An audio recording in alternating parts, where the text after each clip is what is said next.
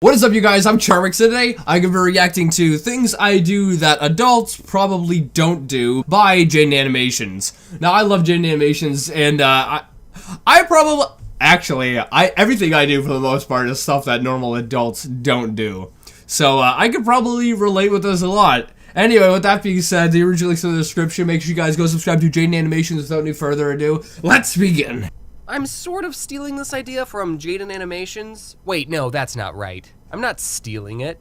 I'm plagiarizing it. Two can play at that game, James. Things I do that adults probably don't do. Plagiarize Jaiden edition. Also, by the way, very proud of you, James. Congrats on trending.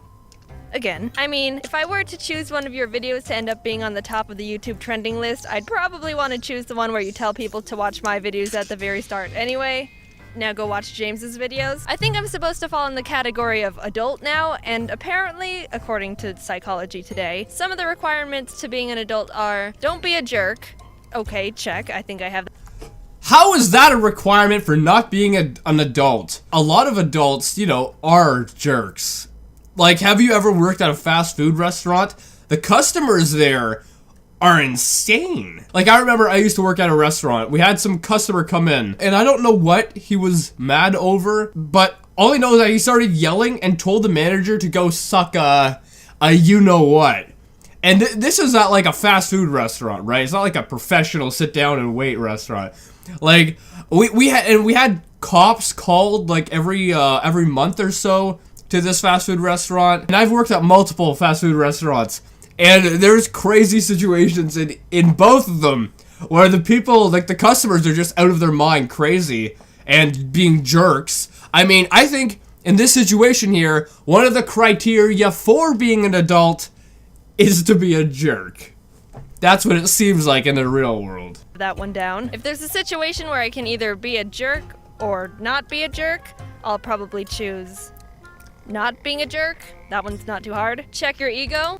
You'd think it wouldn't be that hard, but apparently a lot of the population are jerks. Check, it wasn't high to begin with. Call people back. People don't call me. So I think, check. As much as I might have some of the traits to be an adult in society's eyes, there's still a lot of things I do that adults probably don't do. So I'm gonna steal James's idea and talk about him. James just told me he kinda hates that video because it's old, so go and watch it and tell him, yeah, it's pretty old. I do this weird thing I like to call the perfect bite, trademarked. Basically, when I'm eating, I can't just be a normal person. That's the gist of it. What I do is, after I sit down with a meal, I'll analyze it before I actually start eating. I'll look for a potato chip that's the best size, a vegetable that has the right amount of seasoning, an area on a sandwich where the ingredients are at perfect ratio with each other. I'll find where the best bite would be, and not eat it. I'll start eating where the second best bite is. Second best, wouldn't you? No, I already know what you're gonna say. When eating perfect bite, TM style, you can't start off eating the most absolute perfect bite. That's how you ruin everything. You don't want to ruin everything. You start with this. So, what? So you take a sandwich or food, and you have to have the perfect bite? Well, is that every time? Because that can't be. Second best, and work your way around the best so you can finish the meal with the perfect bite. Oh, okay, so you start with the worst. I get it. That makes no sense. That's kind of weird, I guess, but I mean, I do a lot of things that are weird too. I am by no means an adult, even though I technically, I guess, am an adult. Boom, it all comes full circle. Start off with the almost best bite, end it on the perfect one. A good summary of the entire meal. I don't want to end on an unsatisfying bite. That would just make me disappointed and sad. I don't know of anyone else who does this. I don't even know how I started doing it, to be honest. I've always eaten food this way and been a freak. I'll end up having a plate with little individual bites of burrito, stray pieces of fruit, a single french fry. And when eating with other people, it looks really weird because there's just tiny sporadic bites organized on my plate. Sometimes they ask about it and I have to go through the whole process of how to eat perfect bite TM style with them and explain all the rules and yada yada yada, the whole story. And they judge me. But you know what? Don't knock it till you try it, okay? The perfect bite TM is a powerfully underrated technique. You don't even know. I wonder if I can copyright it too. Since I'm on my own, I have the freedom to decorate my living space with pretty much whatever I want. I like— That is such a weird thing to do when it comes to, like, eating. Then again, I mean, my mother has to chew like a certain amount before she, swallows her food. I don't know why. I think she actually counts it in her head. So that's freaking bizarre as well. I, on the other hand, I like just inhale the food. It goes straight down. Like, it's gone within a minute or so. I eat so fast, and I don't even do it intentionally. I just like, I gotta eat so fast. I think I'm getting better at not doing that, but I used to, like, just, like, devour the food like some kind of crazy animal that hasn't eaten in a year. Like, yeah, so anyway. Like interior decorating. It's fun to decide what can go where and choosing color schemes and all that house stuff. But even though I enjoy good decor, I also don't take it very seriously. I buy things that are goofy and kind of stupid because when I walk into the room and see them, they make me laugh because of how ridiculous they are. I got a gift card for a home supply store I'd never been to before, and after a while of not using it, I decided, it's probably about time I use this. I walked into the place with $25 and no expectations, and came out with two things. A kitchen ornament with nothing but a funny looking rooster on it, and in bold letters the word eat. I don't know why I liked it so much, maybe just the fact that it says eat with a possibly aggravated rooster on it. I don't know what that expression is, I'm just making an educated guess. It's pretty absurd.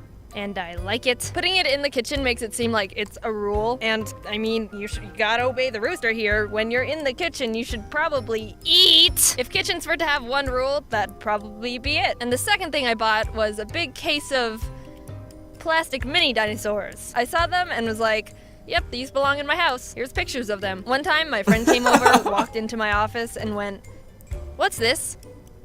A dinosaur?" And then he smacked the mini dinosaur off the desk and slammed down a bigger one he bought in place of it. That was a fun time. I also bought this stuffed toucan, and he makes me very happy. I was in Target You're lucky that you get to decorate your own, like, house and that. Because when I eventually move out of my parents' house, which is where I currently am, I don't know. I want to live like a really, minimalistic lifestyle, I guess, where you just have a couple things that you need, and that's about it. That's what I kind of want to have, because, like, here, have you seen my background? It's so bad. It's so bad. looking for a lamp and saw him down the aisle, and I, like, physically stopped. My instinctual reaction was just, oh my god, I didn't realize how much I needed this toucan right now. Get in my life. So whenever I walk into my That was a creepy face right there. room and see him, I get happy. I don't think adults are supposed to buy plastic dinosaurs, slightly aggravated roosters, or dopey-looking toucans as interior decorations, though. I start getting really stressed and anxious when a conversation with someone ends and no one has anything else to say. Oh, it's so true. It's so true. I hate that. That's why I don't go into public. Because there's a possibility where there'll be a few seconds of silence and staring at each other like, so the Oh, it's so true. Yep, we're done here. I hate that. Until someone eventually goes, well, I'll see you later then. I hate that. I hate that so much. I don't care that hate's a strong word. I have a strong hate for it. I think it's... I hate it too. I hate it. I hate it. Hate it. I had to get like at, you know, the dinner table and I'm eating with my parents. My mother is kind of like that, but she has to say stuff because it's too awkward, I guess. So she has to keep, or she doesn't even say stuff. She just goes, kind of like that. I guess they're trying to break the silence, and it's funny, but it actually makes it worse for me. I think living alone would be, although it would be horrible, at the same time, it's gonna have its perks, because you don't have the awkward conversations, you don't have awkward silence, you're just alone in peace with the thoughts in your head. With the thoughts in your head. It's just one of the worst ways to end an interaction with someone. You could have had the most transcendent conversation in the history of ever. Hey, I'm so glad we found a solution to world hunger and discovered the chemical formula for the cure to cancer. But if it ends with that 3 seconds of awkward staring, it's ruined everything. Yeah, it was a lot of fun. Worked pretty hard on it. In an attempt to avoid that situation, my solution is to try and catch the conversation's end at the perfect time so it's a flawless conclusion with no bumbling around. Like, if it was a human... How is that a weird thing to do? That's what all adults should do, because I think everyone hates that, like, awkward silence. Conversation simulator game, I'd totally get an A++ super with stars and hearts, and the person's little avatar would go... That's what I'm would do if I was normal, but since I'm exceedingly bad at anything related to social competence, what typically happens is I start leaving in the middle of them still talking. I mean, I don't mean to do it. I realize the conversation is ending, and I try to over-prepare by beginning to step away so they can finish their statement, and it's an easy transition to the conclusion. But I'm really bad at gauging when the right time to start retracting from the conversation is, and I misjudge how much left they have to say. So it ends up going something like, "It was the biggest, fattest squirrel I've ever seen. It was crazy." What? That's insane. Well, and then my little sister came into the room and saw it and started freaking out, and she thought it was a mutated monster squirrel, and, yeah. You have some weird conversations. Oh, that's funny. Yeah, I wish I could have seen it. Yeah, it was crazy. Yeah, so I'll talk to you later. Yeah, okay, bye. Why does it seem like someone's either really good or really bad at social interaction? It's either, "Oh my god, this is me," / relatable / I don't know. Or it's simple. Just don't be stupid. I'm excited to be at the adult stage in life where all of a sudden socializing is easy. When does that part happen when becoming an adult? Whenever that wants to happen, that'd be great. In the meantime, I'll just have to endure not knowing how to end conversations. Yeah, I honestly find that, you know, when I was in high school, I was a lot more socially, sure, I hated being in, like, awkward situations socially and whatnot, but I could actually get it, you know, I could do sentences, and I could talk to people, and it would be less awkward. But now I found that since I don't go outside that much, and I've found myself being less socially inept, if that's the right word, or less socially competent.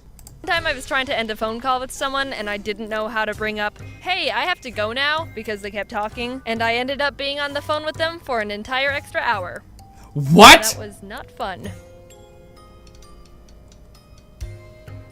That's crazy, an extra hour? I mean, one good thing about not being good at conversation, like my grandparents, they're the best when it comes to this, because they call up, be like, they always want to talk to my mother for some reason. "Hey, is your mom there?" No, she's walking the dog. "Alright, see you later." They hang up, that's it. Best conversations. Anyway, guys, I hope you liked this video. I really like this. I really like this, and I can relate. I can relate with this. I mean, sure, I don't have specifically these issues or like the eating thing. Like, to me, that's really bizarre. But at the same time, I can relate with the other stuff with conversations. Why has my hat eaten my eyebrows? Anyway, I was gonna say, when it comes to like conversations and that, I can relate so much with it because I'm so bad at conversations. Anyway, yeah, if you guys like this video, make sure you give it a thumbs up, possibly share with a friend if you do, and subscribe to the family. Also, make sure you go subscribe to Jaiden Animations. And with that being said, I'll see you guys next time. Boop!